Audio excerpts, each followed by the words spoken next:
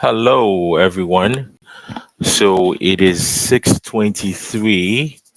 I decided to hop on here a little bit early just to make sure everything's working. So those of you that have tuned in, uh, just hang tight. We have 6 minutes to go, and then we are going to start the lecture series. And then whatever platform that you're on. You can ask some questions if if you choose to do so. Um, I'll be able to see in the chat any questions that you might have. I believe I sent all the slides to everybody that signed up. If you haven't received the slides, let me know, and I'll make sure I get you the slides as soon as possible. And then that way you have all the information. This lecture series is about sharing and making sure you have everything that you need to learn about Black history and to share the history with others. I don't believe in keeping this knowledge. So this is another reason why we have this lecture series to ensure that all of this information is shared far and wide. So yeah, let me know if you need the slides for this week. Next week, uh, we'll also have some slides as well. So I will send that out to everybody that signed up so that you have all the information. Okay. So hang tight. We got 4 more minutes and we will begin.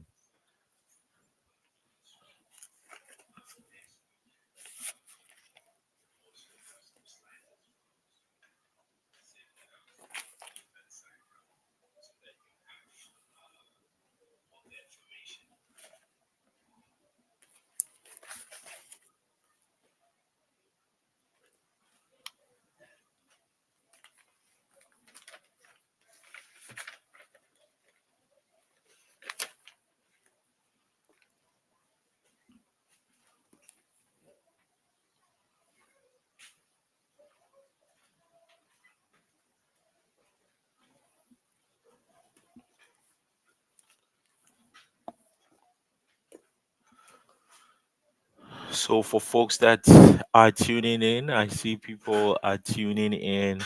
Welcome. Just giving people some time to get settled. We're going to start right at 6:30. So yeah, just hang tight and yeah, just relax, take it easy, and we'll start in 3 minutes.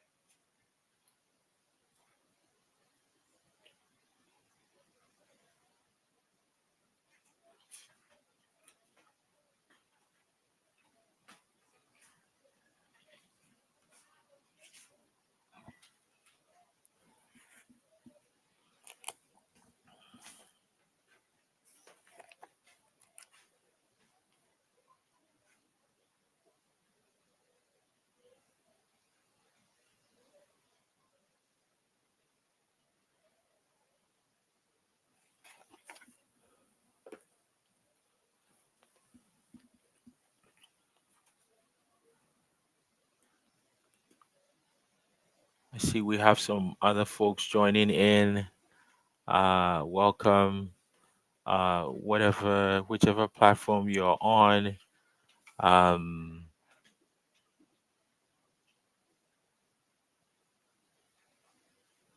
um, Please use the chat. If you're on YouTube, you can definitely use the chat. I can see the comments. Someone is asking, anyone to whom we forward the email can get, yes, they can get access to the slides. They don't need to sign up. So again, this is the beauty of this public lecture series. I believe in doing things publicly for the public good of people. So yes, you can share that link that you received with as many people as possible, and people can use the slides whichever way they want. They can use it in school. They can share it with their family. Use it for whatever reason you want to use it for. And again, this is like focused on Hamilton, obviously with some global connections and whatnot. But um, I thought it was important to have a specific Black history related to Hamilton. So you can definitely share that email and that link with anyone. I see some people are saying hello. Yeah. Okay. Perfect. All right. So it is 6:30. So I am going to begin. Well, first off, thank you to everyone that's tuning in. I really appreciate you. Thank you for the interest. Thank you for signing up. Again, I sent the slides. If you don't have the slides, just let me know and I'll get it to you. And you can use it in whichever way you can, formal, informal ways. This is public information, and please share it far and wide. So, welcome to the public lecture series, Unnoticed Histories of Black Communities in Hamilton. To everyone, happy Black History Month here in Hamilton on January 30th, courtesy of the Hamilton Black History Council. We officially launched Black History Month here in Hamilton, and we saw some great and important stuff. And I just want to share that with you so that you also know what's going on in the city of Hamilton. So first off, congratulations to Stilo Star. If you don't know, Stilo Star was commissioned by the Hamilton Street Railway (HSR) to do an art piece, and the art piece features another Hamiltonian, Quincy. You might see the bus from time to time across the city, so that has been commissioned. So that's a great thing that's happening. The second thing is that under the leadership of Terry Bedminster, we now have a community advisory Black Health Table that's going to be looking at long-standing issues related to health right here in Hamilton. So that was launched January 30th, 2026, and we're excited about all the other events that are happening across the city as it relates to Black History Month. So, welcome again. I see more people are tuning in. So, welcome to the Unnoticed Histories of Black Communities here in Hamilton. And so, we're going to start.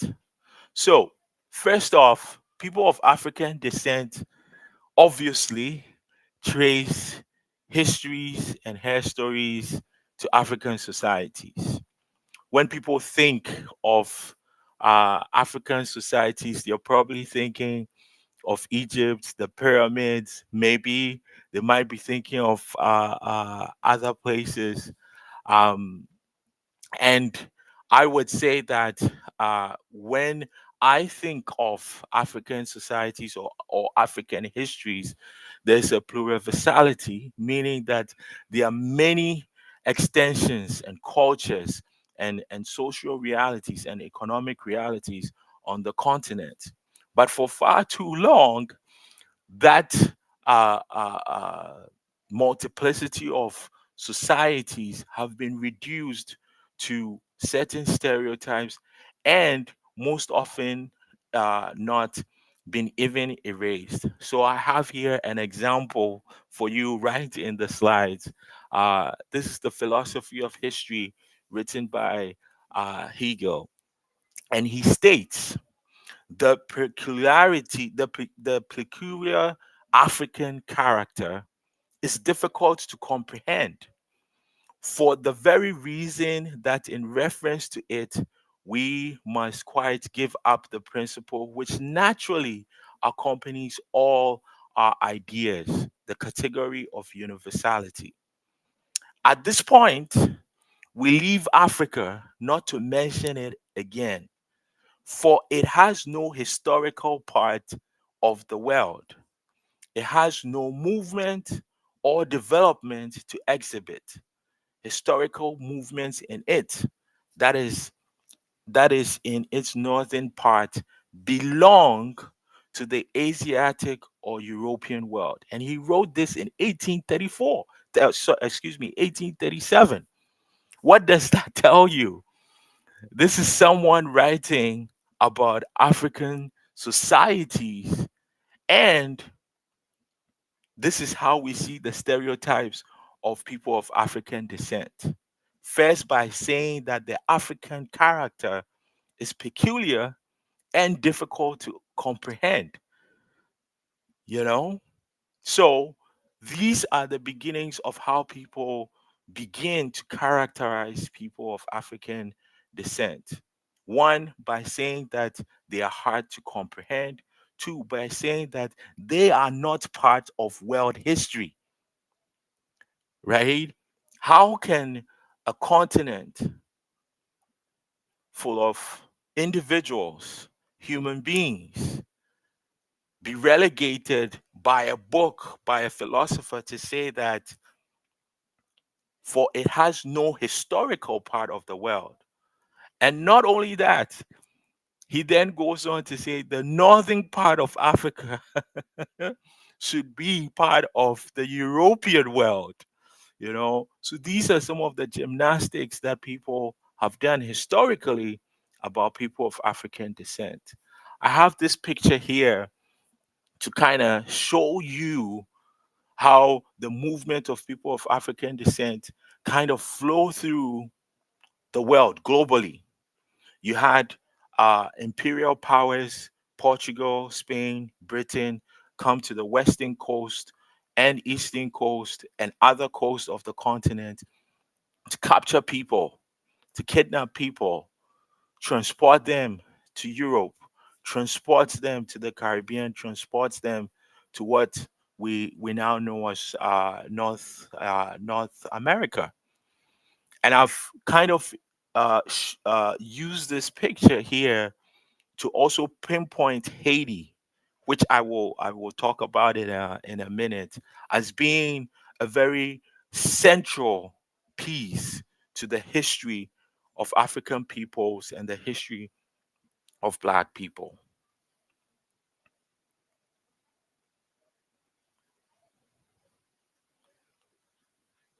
So, moving on from Hegel, who's saying that we have no we have no history, I would push back against his book and push back against his comment to say that Africa has a long standing in his history.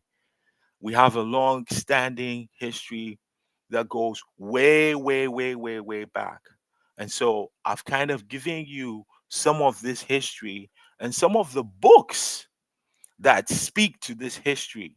So we can speak about the Ghana Empire from 16th century to 13th century, the Mali Empire from uh, 1226 to 1670, the Kingdom of Congo from 1390 to 1857, the Songhai Empire from 1493 to 1591, the Oye Empire, the Benin Empire, Dahomey, Ashanti, Ethiopian, And I must say that for many of the African countries that we now know today stem from these historical African societies.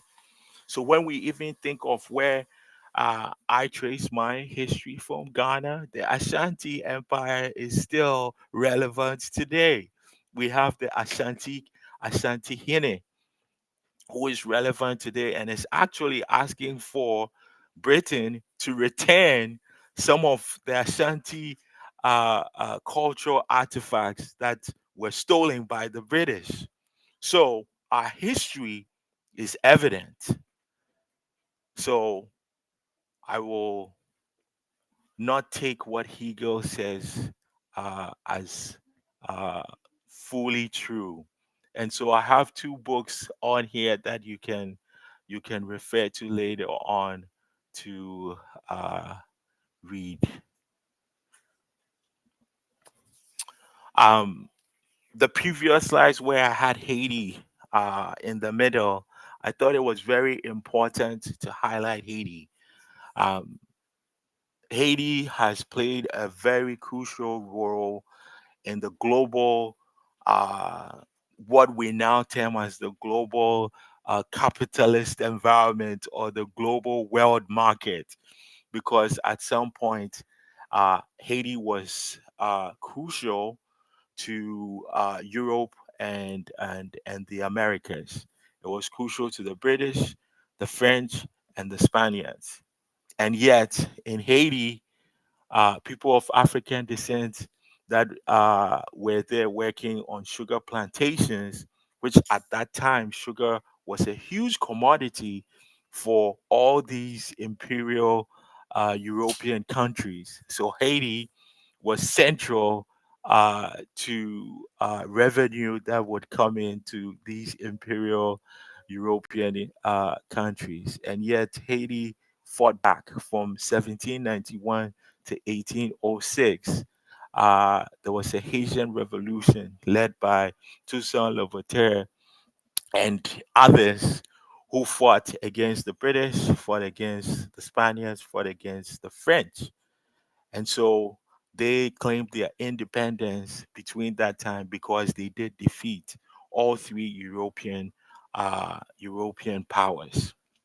I have some key dates here because these dates kind of crystallize how people of African descent moved or were forced, were captured, were kidnapped into what we now know as um, North America. So we can think about the American Revolutionary War, the first Fugitive Slave Act in 1793, obviously the Haitian Revolution, and the second Fugitive Slave Act in 1850, and the War of 1812.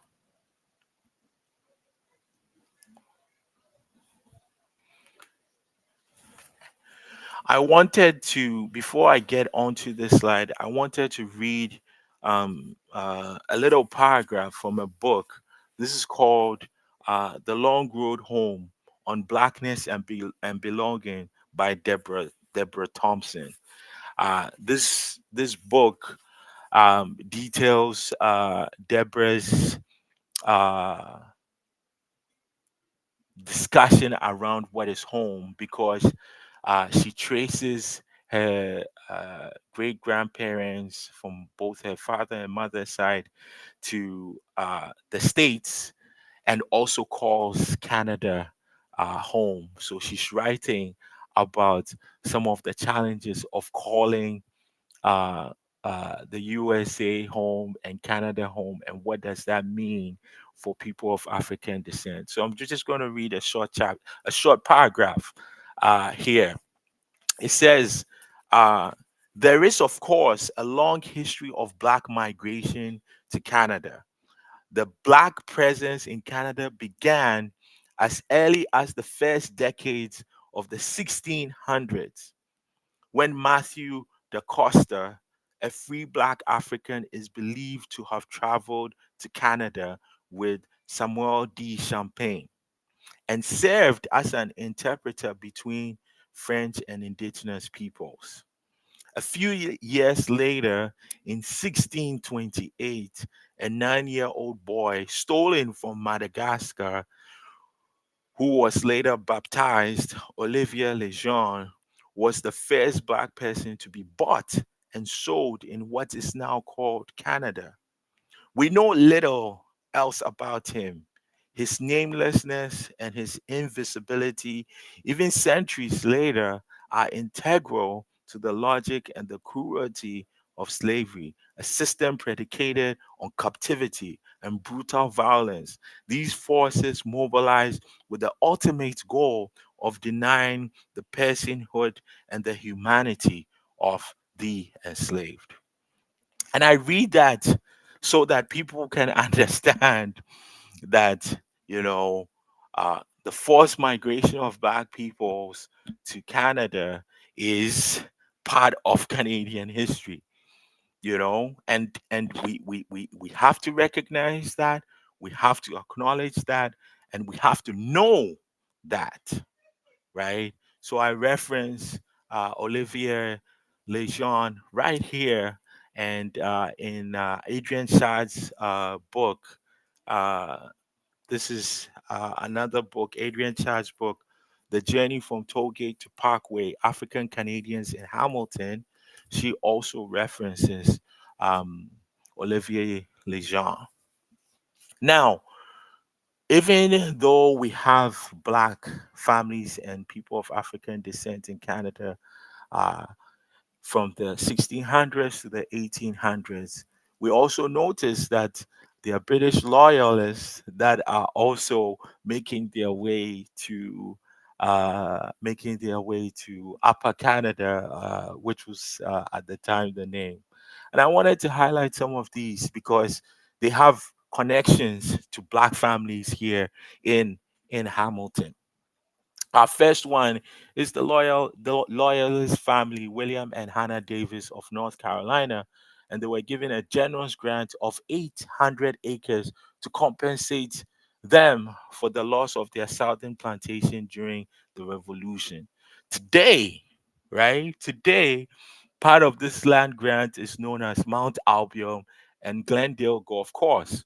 So I'm sure people now know you know that area. Well, at some point in time, it was William and Hannah Davis's land, and much of the work involved in clearing the land, building the houses, planting and growing the crops, and making sure that everyone was fed and clothed would have been done by enslaved people of African descent. So these are the connections here and the local Hamilton histories that we need to talk about. Third, in 1805, James Durant emigrated to Canada and bought a 100-acre farm, which is today the top of the mountain from King Street to James Street, west of Wellington Street, and east of Wellington Street. It is there that an enslaved woman would take care of his 1-year-old baby. So we would know Durant. We have a neighborhood here in Hamilton called the Durant neighborhood, connections to people of African descent. Sophia Berthin Poley was one of Joseph Brand's female enslaved, um, and was sold to an Englishman named Samuel Hart of Ancaster for $100. The Hart brothers are the founders of Dun Dun Dun Dundas. If you go to Dundas right now, there's a street called Hart Street. So again, these are the unnoticed histories of Black individuals and communities right here in Hamilton. During the 1700s and 1800s, a significant number of loyalists either owned slaves or knew people who did. For example, Robert Hamilton, the father of George Hamilton, from whom the city is named, Maria Lavinia Jarvis, daughter of William Jarvis, um, they also owned slaves. So it begs to question, why don't we know about these histories? Why don't we know about these histories? On July 9th, 1793, Simcoe and his colonial government passed an act to prevent the further introduction of enslaved peoples and to limit the term of contracts of servitude. This legislation did not abolish slavery here in Canada. And one thing I might notice that, you know, there's kind of like a historical analysis of how these loyalists were not using the term enslaved, but using the term servants. And that's something that Adrienne Shad talks about in her book. And it makes me wonder, right? It's like, why use that word when you're still engaging in some of the demeaning behaviors that enslavement does? And we'll get back to Simcoe in a bit. So, after the passage of Emancipation Proclamation decreed by the British Parliament in 1833, and which took effect on August 1st, 1834, the vast majority of Africans arriving to Hamilton came from the United States, either as escaped slaves or were already free. And I put this here because for the last 3 years we're starting to see a rise in celebrating Emancipation Day, which is on August 1st. And also I must include here that, you know, even after the Emancipation Proclamation, which was done in 1833, right, that whole year was so that slave property holders would be able to recoup their money, but nothing was done for African people that were enslaved, right? So again, the dehumanization, the lack of respect for people of African descent. Now let's go back to Simcoe, because I think this is important and is very crucial for Canadian history as it relates to people of African descent. Simcoe, who was very instrumental in passing this law, which is the act to prevent the further introduction of slaves and to limit the term contracts of servitude, was also asked by the British government to go and fight against Haitians, people of African descent that were fighting for their freedom in Haiti. So think about that for a second. Here you have Simcoe in Canada saying, hey, we need to prevent further introduction of enslaved peoples. We need to curb uh, long-term contracts of servants, servitude. Then now travels to Haiti because obviously for Queen and country, right? Travels to Haiti to then fight against. He actually led the British troops against people of African descent that were fighting for freedom, fighting for liberty. So these are some of the things that I think is important for us to understand. And this is why I say in my previous slides that Haiti plays a crucial role globally, whether you are from the continent of Africa, whether you're in North America. Haiti was a very crucial fight because it disrupted the empire's dependence on sugar for their revenue, and the revolution also really pushed that people of African descent in the Americas now could fight for their freedom. And that scared slaveholders, whether they were in the Americas, Jamaica at the time, right, and southern states. So this is very, very, very important. The Haitian Revolution. And I can guarantee you, Haiti, the Haitian Revolution is never taught in schools.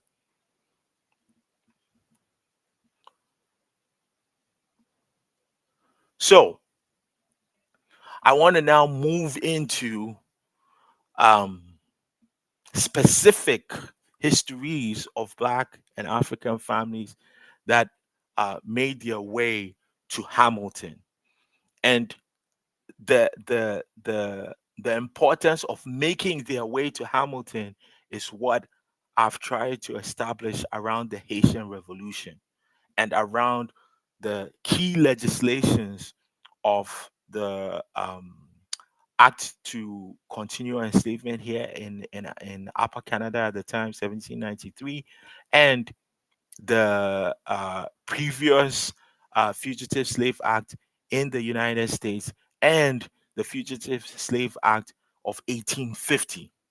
Those are the things that kind of started pushing or giving people of African descent the the the uh, the will to leave and fight for freedom, to look for freedom, to refuse enslavement, to refuse servitude. So these are some of their stories. So we can talk about Solomon Conaway, who settled up on the mountain. We can talk about Paola Brown. Paola Brown was very, very, very active here in Hamilton.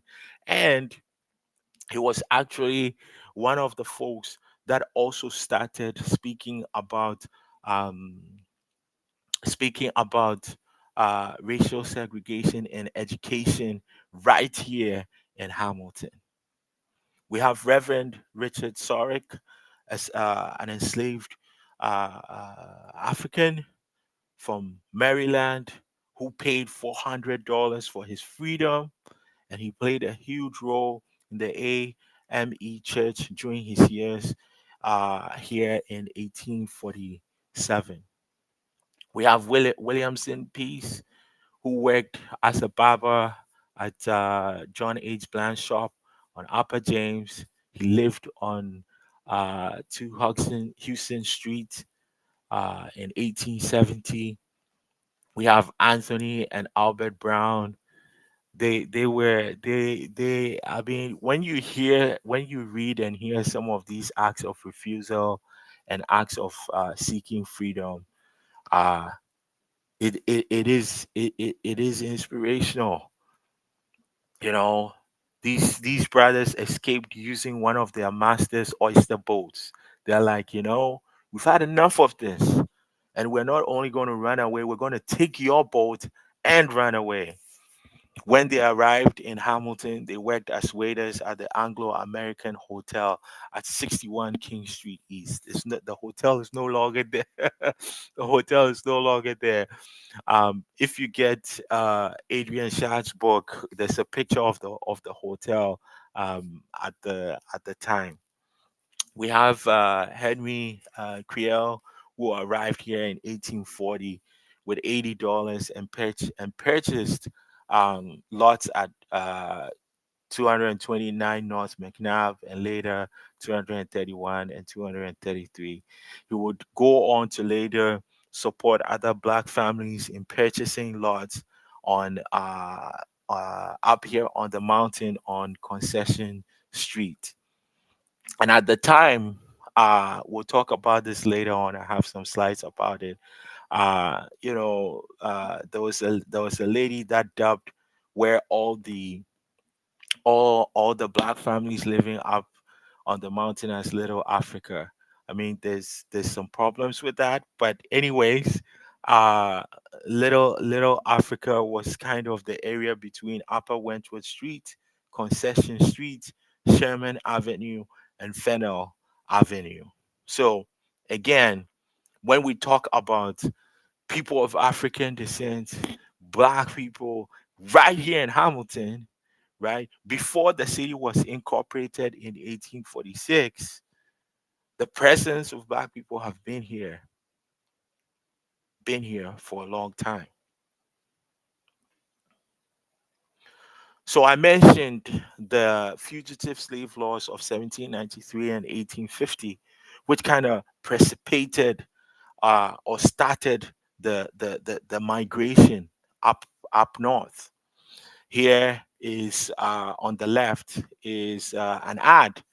Uh, I took this ad from another book. I don't think I have it with me. It's called Freedom Seekers by Daniel G. Hill.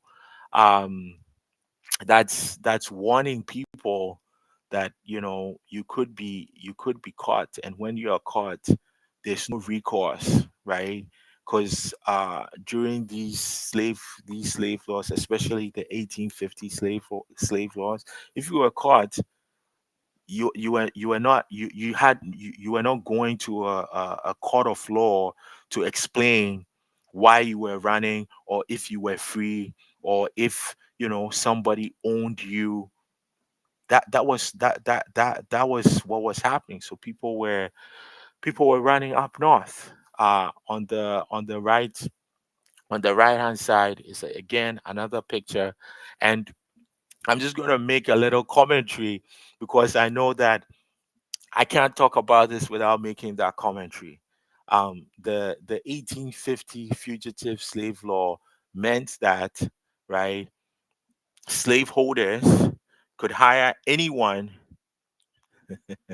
to go look for any black person, and you would be paid to say you have seen a black person, and that person should not be here. What does that sound like? I think it sounds like ICE, right? Where you have a federal government enacting a law, hiring people to go and catch people based on the color of their skin, right? So the when we are talking about learning these histories, we're not just saying put up Martin Luther King and Viola Desmond and that's it.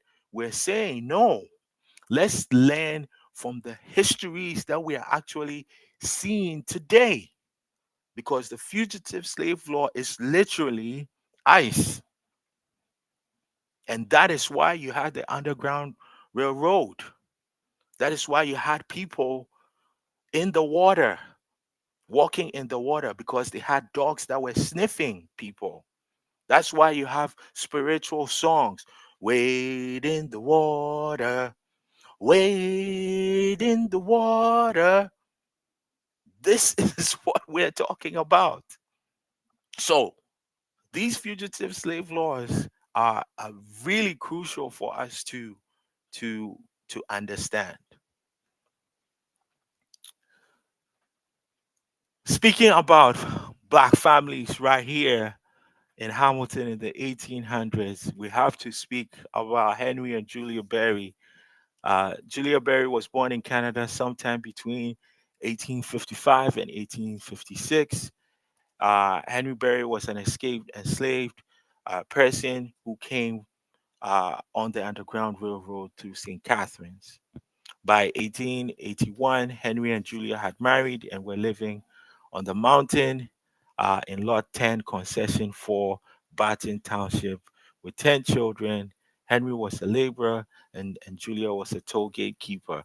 And people would ask, what's a toll gate keeper? So at that time, they had toll gates, kind of like when you go to a parking lot and you see that. Thing that keeps people in and keeps people out. So to enter into the city, you'd have to you have to pay to get in.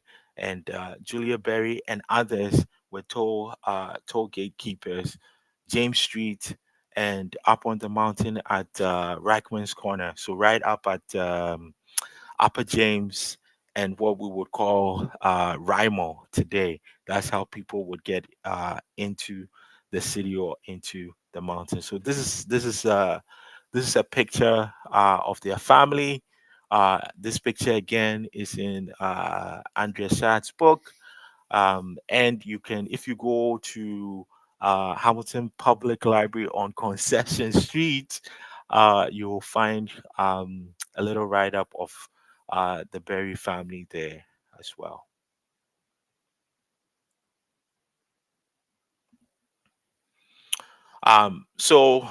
We're going to continue with some of the black families and names that you should know as folks that we all live in Hamilton. I wanted to mention some of the institutions, black institutions at the time that played a crucial role. So we had the American Methodist Episcopal, founded in 1790 on Rebecca Street. The church became one of the first significant institutions in black community that facilitated some of the discussions that were happening at the time and supporting all the black families here in Hamilton.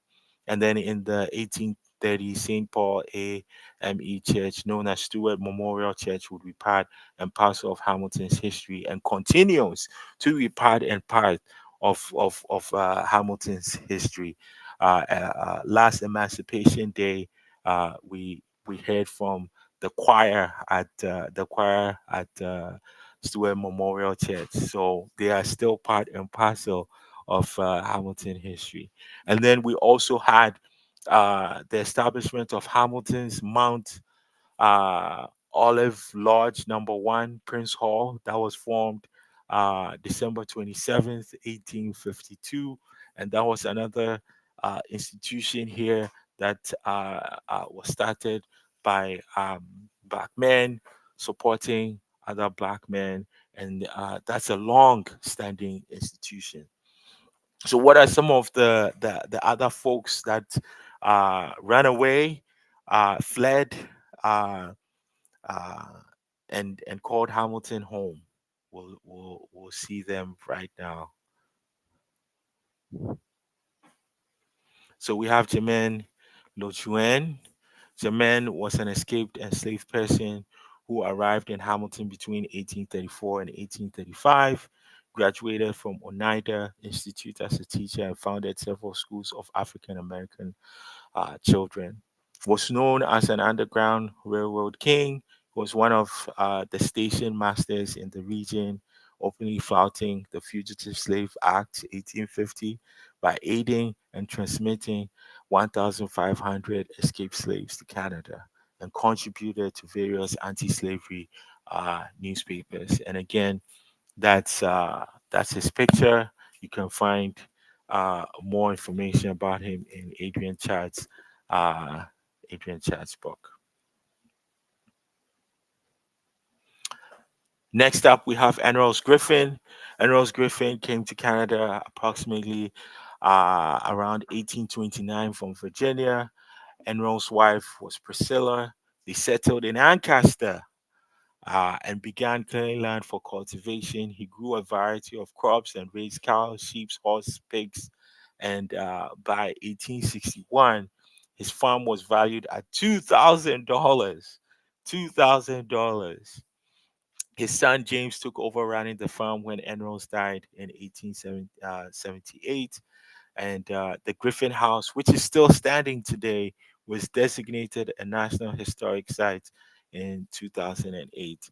And as part of this lecture series, our last lecture series, we're going to have Mara Benjamin, who is the current site supervisor for Griffin House at the City of Hamilton. To join us and share some of the updates of Griffin House, what people can expect. They're going to be opening it up soon because it was under renovation to ensure that it's accessible to the public. So Mara is going to join us on February 26th to share some updates. And then here's a picture of the plaque that is at Griffin House. Next up, we have Reverend Richard Sorek. I mentioned him earlier. He also was came from Maryland, paid $400 for his freedom, and again, Reverend played a huge role in the AME. and did a lot of work with all the churches in the area. And this is a quote, and I got this quote from there's a book written by Benjamin Drew, who went around Canada documenting stories of folks that had ran away from the states and started calling Ontario home, from St. Catharines to Brantford to Hamilton to Windsor, Chatham, all these cities. And he said, slavery is the worst system I've ever seen. Although I have been poor here, I can repeat, give me liberty or give me death. I have seen children at a month old taken from their mother's arms and sold. I have seen children from their parents and many separations of families where the parties could never see each other again.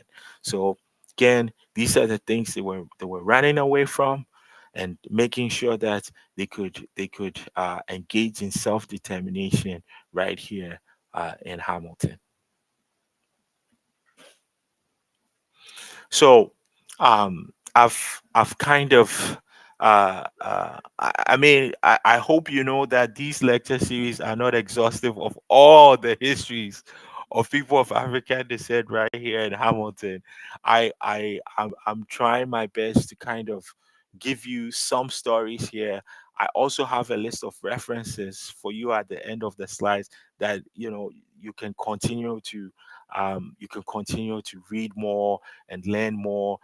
So this is not an exhaustive list. Don't go around saying this is the full list and that's it. No, I wanted to give you some families that is crucial for you to know, and then you have kind of a starting point, and then you can move on from there.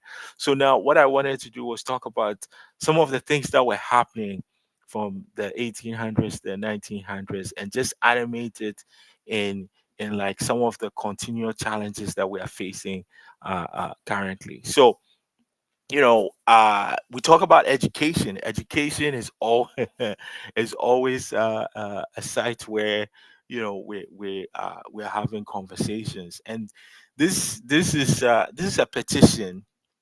This is a petition that was sent to the Governor General, dated October 4th, 1843. And again, I'll just read it and then give you some context. It says, "May it please Your Excellency, we the people of African descent, inhabitants of the town of Hamilton, District of Gore, and Province of Canada West, as loyal individuals of Your Excellency, on your arrival amongst us as Her Majesty's representative, in behalf of your petitions offspring who are denied of the privileges of being admitted into any of the free schools of this town, your petitions having all paid taxes, having all taxes to pay and assessments, and now being denied privilege of education is as adopted by the government. Your petitioners humbly entreats Your Excellency that your petitioners' children may be admitted into the free schools of this town. The petition was signed by Reverend Armstead Brown, minister of Baptist, one of the Baptist churches in Hamilton. And so this petition was basically saying that uh, black children were not allowed into public schools. That's basically what it was saying. And they were saying, "Hey, wait a second. We call Hamilton home now. We pay our taxes. We contribute. I mean, look at Ann Rose Griffin was also one of the folks that signed the petition, making 2,000. His farm is valued at $2,000. They're paying their taxes, and they're saying, "Why won't you let our children go into these schools? Why?" Right? So when we talk about uh, segregated schools, most people think United States of America. Well, think Hamilton. In 1850, the Common Schools Act, the legislation governing education in Ontario was amended, a separate schools clause was added. The clause allowed for the establishment of separate schools for Catholics, Protestants, and Black people. The amendment allowed these communities to request a separate school through the school board trustees. However, um, however, common school trustees used the clause to support the practice of racial segregation. They requested separate schools for Black children, even if Black parents objected, right? So racial segregation in Hamilton in schools played out differently in a number of ways. In some places, there were separate school buildings designated as this is the school for people of African descent, and in Hamilton, in Flamborough, students attended the same school, one room, but had classes at separate times, right? So that's it. This is Hamilton. That's what was happening at the time. Uh I have a picture here of Central School, 7500 downtown. Opened in 1853, built for 1,000 students, one of the largest schools in Hamilton. And some of these instances of racial segregation was happening at Central, right? Right downtown in Hamilton. Racial segregation in education was reinforced and maintained by Ontario's provincial court system. I have a link there. Once racially segregated schools were established, the courts upheld the practice. Black children were refused admissions into white school despite Black parents suing common school trustees. In response to the activism of Black parents, racially segregated schools in Ontario were gradually phased out. The last racially segregated school in Ontario, school section number 11 in Colchester, closed in 1965. 1965. This was done after newly elected MPP Leonard Berthwaite. He was the one that pushed for the separate schools clause on segregated schools for people of African descent to be officially removed from provincial education policy. And then if you want to go outside of Ontario, the last racially segregated school in Nova Scotia closed in 1983. 1983. 1983, right? So you have current Black families, people of African descent that call Hamilton home, dealing with racial segregation in schools and also dealing with the Fugitive Slave Act of 1850. So what was happening at the time? Well, Black individuals, Black families, Black women, Black men were organizing. There was the North American Convention of Freedmen. They had this convention at St. Lawrence Hall in Toronto, and apparently they wanted to have the conference here in Hamilton. That tells you a lot about the activity that was happening here in Hamilton. But nonetheless, they had it in Toronto, and you had representatives from Jamaica, from England, and folks from Hamilton who attended the convention included Frances Russell, a 44-year-old laborer active in the church again. We had John Burns, a 46-year-old saloon keeper who owned a four-story brick enterprise that was valued at $1,000 on King Street. And then we had Thomas Morton, a successful cabman who also attended. Other attendees included Henry Bibb, Mary Bibb, Frederick Douglass from the United States, Josiah Henson from Chatham area, and then Thornton Blackburn. Thornton Blackburn, for those of you that don't know, he established Toronto's first taxi company. So they were all in attendance, all of them were in attendance, speaking about the messed up Fugitive Slave Act, right? And as I mentioned earlier, the U.S. government hired federal agents and deputized citizens to pursue and capture escaped enslaved people anywhere in United States. The act also made it illegal to provide food, shelter, or money to escaped enslaved people.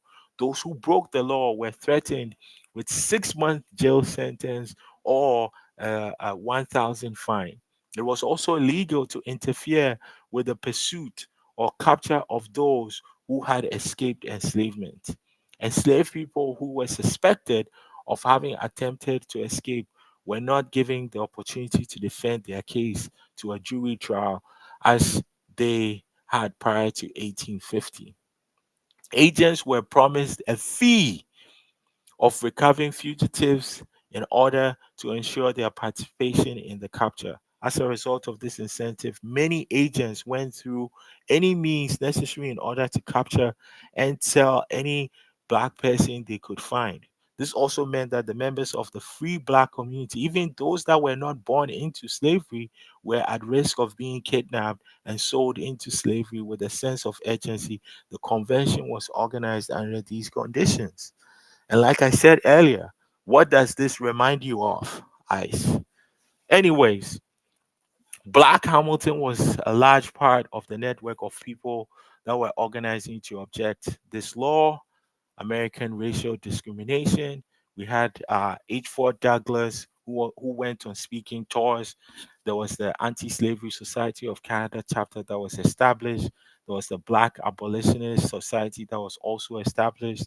There was the Provincial Freeman newspaper that was started by Mary Ann Shadd, and Robert Brown of Dundas, John Burns, and Josiah Cochrane were listed as vice presidents of Marianne Shadd's newspaper. Um, and there were others that were really organizing against this act. So this speaks to the action that was happening here in Hamilton. So this is a picture of the Jolly Cut. Um, these are some of the folks that were living up on the mountain and called the mountain their home. I won't go through all the list. You have the list. But I really wanted you to kind of see that when we talk about the histories and stories of Black people in Hamilton, Ontario, it goes through a wide scope of organizing, participating, speaking up against injustice. That is something that has always been present. I spoke about the idea that, or the moniker that was given to Black and African folks that were living up on the mountain, being called as Little Africa, and it was started by Mabel Grace Burkholder, and Burkholder is actually a cemetery up on the mountain and also a neighborhood up on the mountain, and yeah, she wrote some. According to Adrian Shad, Mabel Grace Burkholder really wrote some problematic things about Black communities right here in Hamilton, and it was very troubling. We talked about James Durant having enslaved folks, servants. We talked about William Kirkendall, another neighborhood that we have here in Hamilton, who also owned enslaved people and servants. And William Bridge Green was apparently the first person to sell property to Black families here up on the mountain. Um, I wanted to add this slide because I think it's very important, and this is a book that folks can access. This book is called Canada and the Blackface Atlantic. It's written by the great Cheryl Thompson. Yeah, Cheryl has done lots of work on this topic, and right here in Hamilton, there used to be minstrel shows. and they would tour the city. So you would have minstrel shows. They would go from Toronto, Oakville, Burlington, Hamilton, Windsor, and then they would just kind of tour Ontario. And they took an ad on a billboard somewhere, and like in true Hamilton fashion, uh, black citizens were like, "Nah, we ain't having uh, this degradation of people."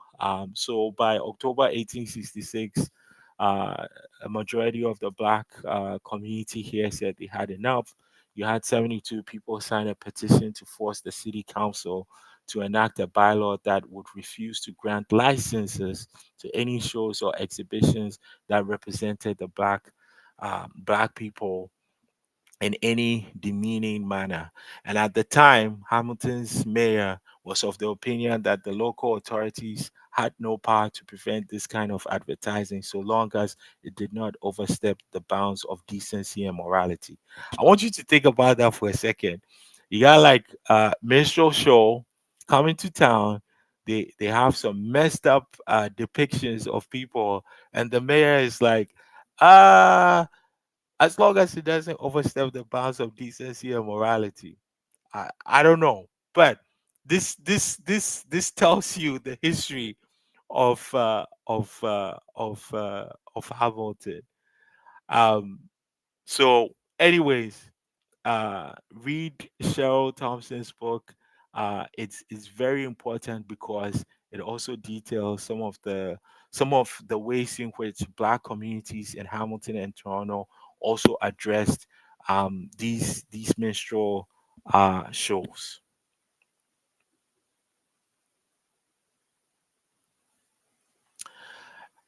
Uh, I wanted to end with this. Uh, you know, in Benjamin Drew's book, I don't think I have it here. I thought I had it here. I wanted to show it, but I don't have it here. Um, one of the there it is. I have it. So it's Benjamin Drew. This is called The Refugee Narratives of Fugitive Slaves in Canada. So in this book, we have Henry Williamson, and he says, "I'd rather be wholly poor and be free than to have all I could wish and be a slave. I am now in a good situation and doing well, and I'm learning to write, you know? And that's just the hope. That's just the hope, right? That is just the hope of people of African descent. We just want to be free, right? Most deaf. I want my people to be free, to be free. We just want to be free. And here you have Henry saying, I'm okay if I'm in poverty. That's better than being enslaved. That's better than enduring racial discrimination. So I wanted to leave that with you. In the two pictures that we have here on the left side, these are the birds. You won't see it clearly. Hopefully, when Mara comes on the 26th, you might have some other some clearer pictures. But these are the list. These are the list of Enroll Griffin's children. And then on the right here, we have apparently this was one of the artwork that was in Enroll Griffith's house. And you might not see the full thing, but in that picture, it details or it depicts, excuse me, it depicts um, people of African descent and other people living together, conversing together, being in community together. And I think that is an imagination of a world that we want to see, whether it's in 1800s or 2026. So I wanted to end with those two pictures, and I'm going to read a little paragraph from Adrian Shad's book because it's one of the references, one of the main references for creating this public lecture and then the slides. So I'll end off with this, and then I'll look at the chat to answer any questions that people might have. So this is from Adrian Chard's book. She says, whether Canadian born, educated, free-born African Americans, escaped slaves, or former slaves looking for a life free of racial intolerance and bigotry, the black population that arrived in Hamilton came from a variety of circumstances, albeit the same root of racial oppression. Flying in the face of a slaveholder propaganda, however, they were a self sufficient people who contributed the knowledge, the skills they had learned in slavery and in freedom in the northern United States to help build new lives in this city. However, in the world of British North America, they were lumped into one category, and the myth of the fugitive slave fleeing servitude and arriving destitute in need of charity and benevolence became the stereotype by which we are all judged. I think that's the history right there, right? People of African descent come from various places and understandings and experiences and places, and yet, like Hegel, we are erased, we're collapsed into one idea.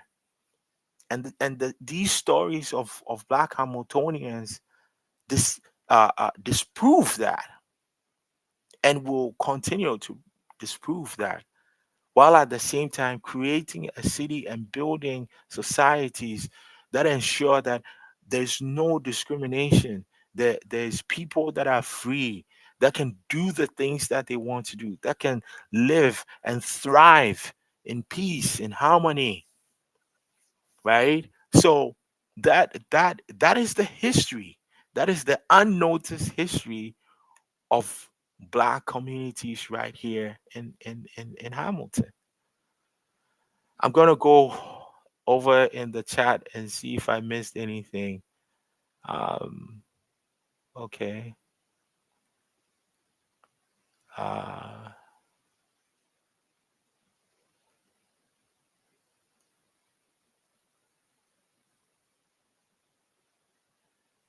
okay. Yes. So, thank you, everyone. I really, really appreciate you tuning in. And as I said, I'm happy that um, you all tuned in, and you have the slides. I have the references here for you. So I talked about Benjamin Drew's book. Natasha Henry also has an important book about Emancipation Day celebrations in Canada, which you should also check out. I talked about Daniel Hill's book, The Freedom Seekers, People of African Descent in Early Canada, and obviously Adrian Schatz's book, which again is focused on Hamilton, which is again a huge reference for this lecture series. And then I talked about Cheryl Thompson's book, and then there's a book by Henry Tulloch, Black Canadians: A Long Road of Fighters. That book tries to give a broader perspective of people of African descent across Canada. And then I had some three documentaries here, um, three documentaries here for folks. The Driston story talks about again people of African descent in Dresden. Very important story to watch. Speakers for the Dead. Um, this is yeah, that documentary is very tough to watch, but I think this is the reason we have to watch these things. And then ninth floor. For those of you that uh, don't know, ninth floor happened in St. George University in Montreal. That is like one of the also crucial moments around the 60s and 70s. about racial discrimination right here in in Canada, and in Montreal, and it's very, very, very, very informative, and it also speaks to what I was trying to say at the beginning of this lecture series about how when we think about people of African descent, we tend to localize the histories, but the histories are actually globalized, connected, connecting, connected by localized threads. So think of these histories as global histories that have local threads that connect to them. So you have all the links I've provided here. You can watch these documentaries for free, courtesy of the National Film Board. Thank you very much. Keeping up with that public access of information. So I've provided all of that for you. And yeah, if you have any questions, reach out to me. And I guess I will see you next week, Thursday, same time. And for those of you that have signed up, I'll probably send you the slides for next week. Get a little closer. I don't want to flood your emails, but yeah, watch out for those slides and share this with as many people as you want. If there are other folks that you want them to, maybe they couldn't make it today but they can make it on the other days, please share it with them. Oh, I forgot, on February 26th we have Dante Hillen, a young high school student, also going to join us. So if you have young ones that want to hear from other current young leaders in Hamilton, please, they might want to tune in for that. We want to make sure that these lecture series are also age friendly and family friendly. So there you go. I'm just trying to finish off. See in here if I have any other questions. Um, yeah, so February 12th, we're not doing the same presentation.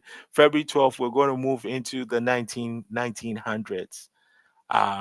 Yeah, thank you for the information. No, thank you for coming. How does knowing this history change how we should show up as neighbors?